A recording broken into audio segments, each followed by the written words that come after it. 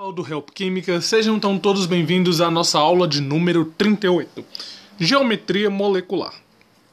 Pessoal, o assunto de geometria molecular, ele é um assunto bastante extenso. Por esse motivo, as nossas aulas de geometria moleculares vão ser divididas em várias etapas, beleza? Então, peço aos sobreviventes para que tentem chegar até o final, dessa aulinha de geometria molecular. Então, pessoal, para começarmos a falar de geometria molecular, nós vamos falar aqui rapidamente dos compostos iônicos, beleza? Quando nós aprendemos a fazer a estrutura de Lewis para os compostos iônicos, vocês viram lá que eles não possuem nenhum tipo de geometria. Por que eles não possuem nenhum tipo de geometria? Porque a nuvem de elétrons ela vai estar totalmente deslocada para o cara que é mais eletronegativo, beleza? E ele vai criar polos, Nós também já vimos essa ideia dos polos, Algumas aulas passadas aí. Então, por esse motivo, todos os compostos iônicos, eles são polares, beleza? Eles possuem um momento de dipolo, eles possuem um Mi diferente de zero. Belezinha, pessoal? Então, todos os compostos iônicos são polares. E os compostos covalentes? Bom, galera, para compostos covalentes, vai depender de dois fatores. Vai depender da geometria que vai estar formando em cada espécie, que é o que nós vamos estar discutindo nas próximas aulas e começando pela aula de hoje. E também vai estar envolvido também a eletronegatividade de cada elemento, beleza? Então, o primeiro caso, e o mais simples de todos que nós iremos ver, é para dois átomos, quando nós temos dois átomos envolvidos na espécie. Quando nós temos dois átomos envolvidos nas espécies, galera, nós temos a geometria linear, beleza? A geometria linear, então, pessoal, aqui nesse desenho aqui do H2, eu estou representando elas para vocês. Então eu trouxe aqui um modelinho para vocês verem e pensarem comigo. Eu tenho aqui desse lado hidrogênio e eu tenho aqui deste lado hidrogênio. Vocês acham que estão tendo diferença entre a força desse hidrogênio com a força desse hidrogênio? Não, galerinha? Todo mundo igual. Então, por esse motivo, nós falamos que tem uma força puxando para cá, tem uma força puxando para cá. São iguais, independente se minha seta saiu igual ou não. Então, pessoal, temos aqui uma geometria linear. As forças são as mesmas. Então não há nenhum deslocamento dessa espécie. Vocês concordam comigo? A nuvem de elétrons não deslocou para lugar nenhum. Ela está uniforme, está bem comportadinha, está bonitinha. Então, essa espécie é uma espécie apolar. Por que apolar? Porque os vetores se cancelam, tá vendo? O mesmo vetor que eu tenho puxando para esse lado, eu também tenho o vetor puxando aqui para esse outro lado. Então, nós falamos que o momento de dipolo é igual a zero e a nossa espécie ela é apolar. Belezinha, pessoal? Entendido, então, esse primeiro exemplo? Então, se não entendeu ainda, vamos dando prosseguimento que talvez no segundo exemplo fique mais claro. Então agora, pessoal, nós temos aqui um outro exemplo. O outro exemplo é o HF. Como que é? Formado por apenas dois átomos. Observem que é geometria linear. Só que nesse caso, então, pessoal, nós estamos trabalhando com uma espécie que é a espécie mais eletronegativa da tabela periódica, que é o flúor. Então eu trouxe aqui novamente um modelinho, E vamos supor que aqui de branquinho é o hidrogênio e aqui de laranjadinho seja representado pelo flúor, beleza? Então, pessoal, o que vocês acham? Que a força que o hidrogênio faz com esses elétrons é a mesma força que o flúor faz com esses elétrons? Não, pessoal? O flúor, ele puxa muito mais do que o hidrogênio. Então, aqui, nós teríamos algo desse tipo aqui, ó. Nós teríamos uma força para cá e uma força bem maior para cá. As forças iriam se anular? Não, Porque o flúor puxa muito mais.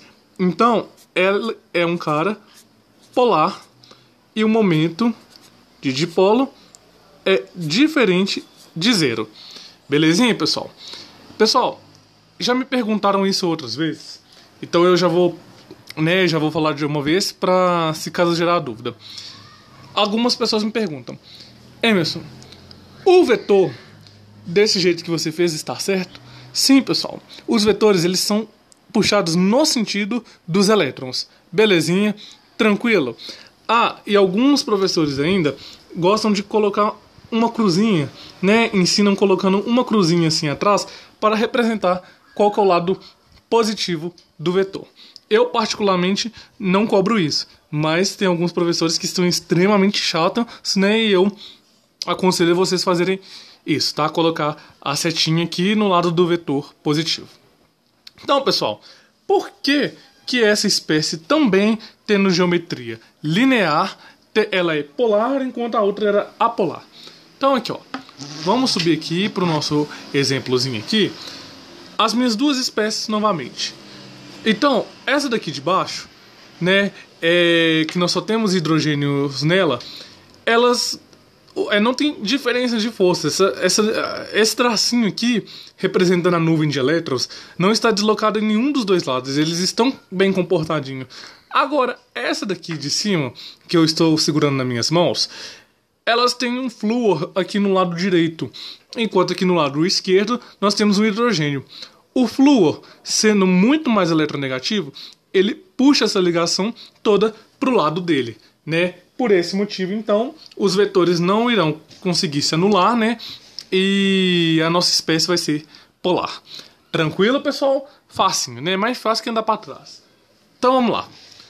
Agora, nós vamos começar a ver, né, para finalizar a aula de hoje, o primeiro caso, que é quando nós se tratamos de três átomos. Quando se trata de três átomos, quando já envolve três átomos, nós vamos ter dois tipos de geometria. A primeira delas é quando nós temos que estudar quando nós não temos elétrons no átomo central. Quando não se tem elétrons no átomo central, assume também a geometria linear na espécie a qual nós estamos trabalhando. Então vamos anotar aqui para não esquecerem: linear. Então, quando não se tem elétrons no átomo central, a geometria da nossa espécie vai ser linear. Observe então, pessoal, uma coisa. Olha só. Aqui eu tenho essa espécie aqui desenhada. Que eu tenho desenhado, eu tenho ela aqui. Algumas pessoas devem estar falando: ah, não é linear porque as ligações estão em 3D. Não, pessoal, aqui ó, tá uma do ladinho da outra, não tá? Então, por esse motivo, são linear. O oxigênio é representado por essas bolotinhas azuis e o carbono representado por essa bolotinha preta. Os oxigênios são mais eletronegativos do que o carbono. Então, essas nuvens eletrônicas vão estar deslocadas todas no sentido do oxigênio. Então, pessoal, só que observe que eu tenho oxigênio desse lado e eu tenho oxigênio desse lado. Ou seja, se fôssemos para fazer dessa maneira, nós teríamos aqui um vetor apontando nesse sentido e um vetor apontando aqui nesse outro sentido. Então observem, o carbono, que é menos eletronegativo, tem um momento de dipolo positivo. Já os hidrogênios, que já são mais negativos, têm um momento de dipolo negativo. Tranquilo? Até aqui, acho que não foi novidade para ninguém. Só que, pessoal, tem uma coisa. Olha só. Essa mesma força que eu tenho puxando para cá é a mesma força que eu tenho puxando para cá. Então, com isso, o que nós podemos, então, concluir dessas observações? Que o momento de dipolo vai ser igual a zero. E o momento de dipolo sendo igual a zero, nós podemos concluir, então, que a nossa espécie ela é apolar. Beleza? Ah, mas por que apolar? Porque os vetores se anularam, tá vendo? A mesma força que eu tenho puxando para cá, tem uma força igual puxando para este outro lado. Então, desta forma, os vetores se anulam. Belezinha? Só que, pessoal, nós temos que também tomar cuidado com uma coisinha. Vou representar essas ligações aqui embaixo novamente, para evitar ficar bagunçado demais aqui no nosso esquema.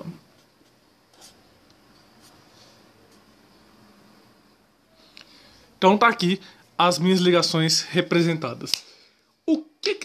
Quantos que vocês acham que deverá ser o ângulo de ligação? Né? Tem alguns vestibulares que cobram ângulo de ligação. Eu, particularmente, também posso cobrar numa prova, né? Mas é facinho de nós sabermos. Então, pessoal, observem que aqui é um semicírculo, né? Aqui é a metade de um círculo. Então, nós podemos afirmar que o ângulo de ligação aqui é de 180 graus. Beleza? Então, essa espécie, o gás carbônico, né, que é o CO2, é apolar, né? Ele é um cara que forma 180 graus no ângulo de ligação. Beleza? Lembre-se, pessoal, é 3 átomos e só formou geometria linear porque o átomo central não tem elétrons nenhum. Beleza? E se tivesse elétrons, o que aconteceria? Será que teria... Todos os casos seriam genéricos ou será que poderia haver mudança no meio do caminho? Nós vamos discutir tudo isso na próxima aula. Beleza? Então tá bom. Espero que vocês tenham gostado da aula de hoje. Façam seus comentários, deixem um like caso gostaram e compartilhe com os coleguinhas. Beleza? Forte abraço então e até já.